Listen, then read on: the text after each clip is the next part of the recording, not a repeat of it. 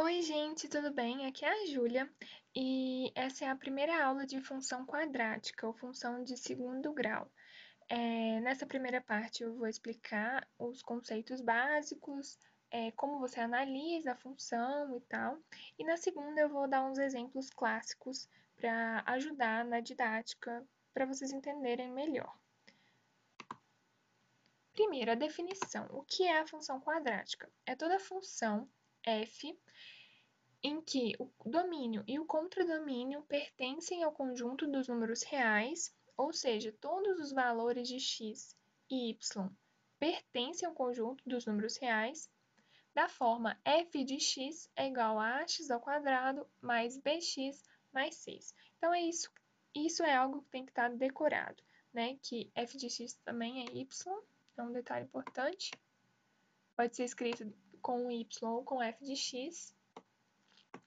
E da função quadrática, y é igual a ax ao quadrado mais bx mais c, sendo a, b e c pertencentes ao conjunto dos números reais e a diferente de zero. Porque se a for igual a zero, né, vira uma função afim, uma função do primeiro grau. Vira assim, ó. Caso a for zero, não vai ter termo acompanhando o x ao quadrado. Então, não vai ser mais uma função quadrática, vai ser simplesmente bx mais c, que é uma função afim do primeiro grau. Então, essa função é uma função do segundo grau, em que o a é diferente de zero. E o gráfico dessa função é uma parábola. E o esboço do gráfico? Pontos importantes. O primeiro, a concavidade. A concavidade ela é determinada pelo termo a, que é o primeiro termo dessa função, é quem acompanha o x ao quadrado.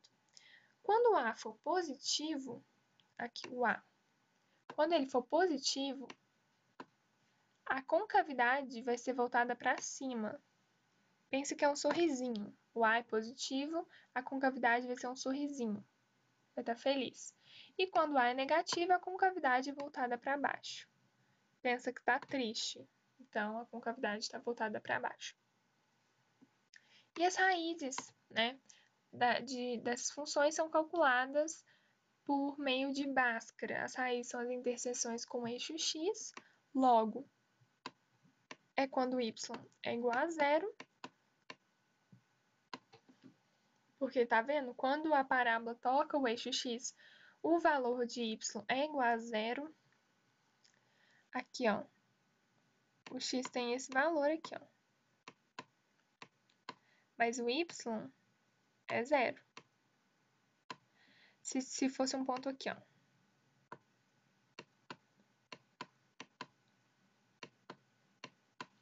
Aqui o x é negativo e o y é positivo. Então, as raízes são as interseções com o eixo x, nos quais y é igual a zero. E você calcula por meio de Bhaskara, que tem que decorar, né? O delta é igual a b ao quadrado menos 4ac, e o x é igual a menos b mais ou menos raiz de delta sobre 2a. E é esse mais ou menos do x que vão determinar as raízes, né? Agora, vamos vir para cá. Quando o delta é positivo, por exemplo, quando o delta for igual a 4, você vai ter que calcular para achar o x, você vai ter que calcular a raiz de 4, que vai dar 2. Então, x1 vai ser menos b mais 2 sobre 2a, e o x2 menos b menos 2 sobre 2a, ou seja, terão duas raízes reais distintas. Então, quando o delta é positivo, a função tem duas raízes reais distintas. Isso significa que ela toca o eixo x em dois pontos diferentes. Aqui, ó. E aqui, o a positivo com cavidade voltada para cima, tocando o eixo x em dois pontos distintos. E aqui, a negativo com cavidade voltada para baixo, também tocando o eixo x em dois pontos distintos. Quando o delta for igual a zero, é aqui, ó. Quando o delta for igual a zero, raiz de delta também é igual a zero. Então, quando você for calcular x1, por exemplo, aqui, ó, vamos calcular x1. x1 é igual a menos b mais raiz de delta. Quando delta for igual a zero, raiz de delta é igual a zero. Então, mais 0 sobre 2a.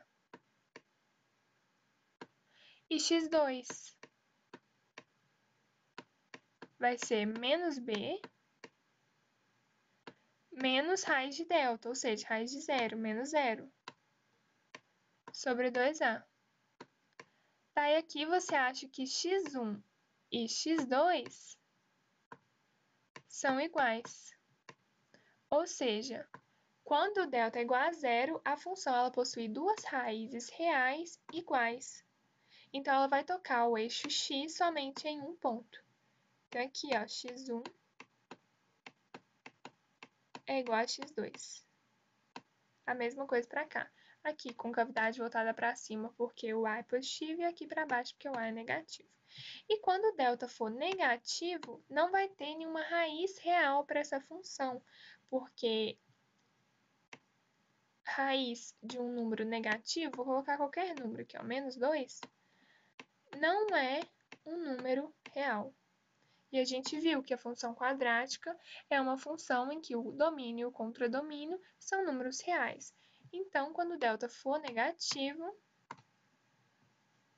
a função não vai ter nenhuma raiz real, ou seja, ela não vai tocar o eixo x. Então, aqui, ó, a parábola não intercepta o eixo x. A positivo com cavidade voltada para cima sem tocar no eixo x, e A negativo com cavidade voltada para baixo também sem tocar o eixo x. Então, é isso.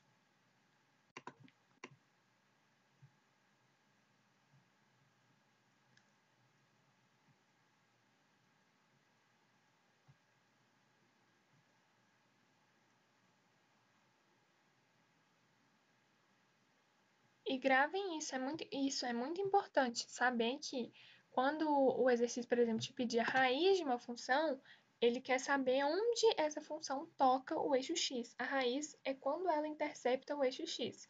E quando intercepta o eixo x é quando o y é igual a zero. Então, você pode calcular assim também. Para achar o x, você pode igualar essa função igual a zero. Eu acho que na maioria das vezes não vai ter como, porque tem vários termos, tá vendo?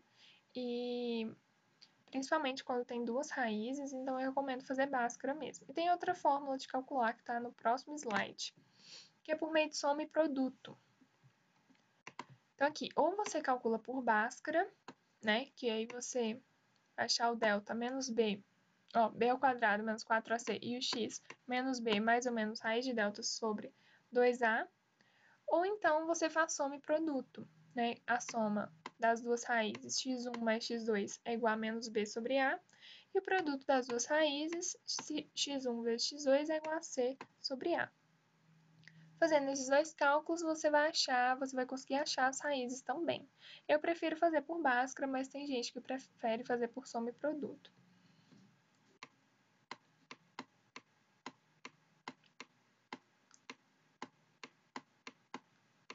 Vou colocar aqui só para ter em mente.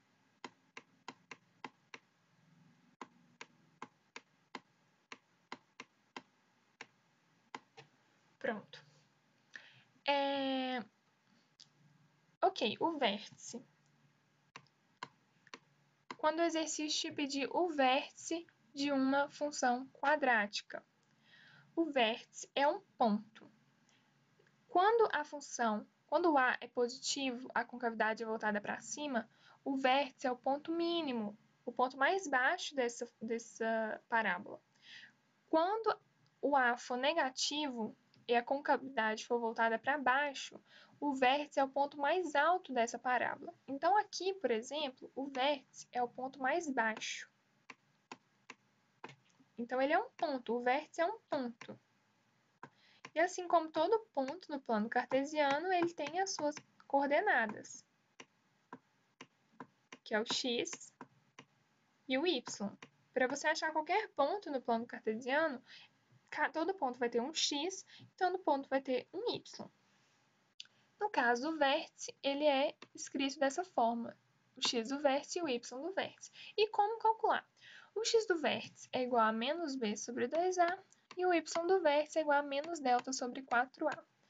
E uma forma mais fácil de você calcular o x do vértice, acaba que é a mesma coisa, mas o pensamento é mais rápido, é que o x do vértice é a média aritmética das raízes. Porque o vértice, ele está justamente no eixo de simetria da parábola. É onde a parábola é separada em duas partes iguais. Então, essa distância aqui, ó, do x1 até o eixo de simetria, e do x2 até o eixo de simetria, é igual. As distâncias são iguais. Então, o vértice, estando localizado no eixo de simetria, né, o x do vértice, ele é a média aritmética das duas raízes dessa função. E utilizando também a fórmula, né, x1 mais 2, a soma é igual a menos b sobre a, eu já mostrei aqui para vocês que é, né, a segunda forma de calcular as raízes de uma função quadrática, substituindo aqui a soma x1 mais x2 por menos b sobre a, dividido por 2, você vai achar que o x do vértice é igual a menos b sobre 2a. Então, é daí que surgiu o x do vértice. E o y do vértice, eu recomendo calcular. Você pode calcular, né, utilizar essa forma, menos delta sobre 4a, mas é só você substituir, né, achar o x do vértice, que é rapidinho, você acha, substitui o x do vértice aqui. Então, o y do vértice é igual a vezes x do vértice ao quadrado mais b vezes x do vértice mais c. Então, é isso. Você pode calcular o y do vértice por meio do menos delta sobre 4a ou substituindo na forma mesmo da função quadrática o x do vértice. Agora, para acabar, né, a parte teórica, a interseção com o eixo y é dada pelo termo independente c, então a gente já viu que o a ele determina a concavidade, se ela é voltada para cima ou voltada para baixo. Então, a, ok. O c é o termo independente, é onde a parábola toca o eixo y, e sempre vai ser em um só ponto. Aqui, por exemplo, continuando essa parábola, você vê que ela toca o eixo y nesse ponto aqui. Então, aqui é o c. E a regra do b, né? O b para você saber o sinal dele, você tem que analisar onde a parábola toca o eixo y.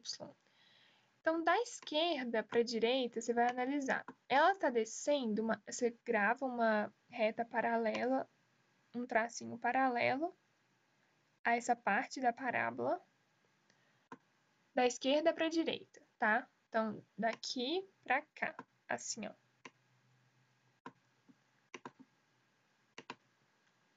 Se estiver descendo, o b vai ser negativo, né? Da esquerda para a direita, se estiver descendo, o b vai ser negativo. Da esquerda para a direita, se estiver subindo, o b vai ser positivo. E se for uma reta, o b vai ser igual a zero. E isso acontece quando o vértice se encontra no eixo y.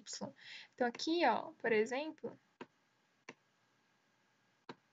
aqui é o x e aqui é o y. Quando for uma parábola assim, o vértice se encontrar no eixo y, o b vai ser igual a zero, porque não vai estar subindo nem descendo, vai ser uma reta. Então é isso, é assim que você analisa o sinal do b. Essa foi a primeira aula, né, de função quadrática com os pontos teóricos. Analisa a forma, né, a expressão da função ax² mais bx mais c. Agora vocês já sabem como calcular o vértice, né, a abscissa e a ordenada. A abscissa é o eixo x e a ordenada é o eixo y do vértice. E é isso, calcular as raízes. As raízes é quando o y é igual a zero. Enfim, eu espero que vocês tenham gostado e na próxima aula eu vou dar uns exemplos para ficar mais claro. Obrigada!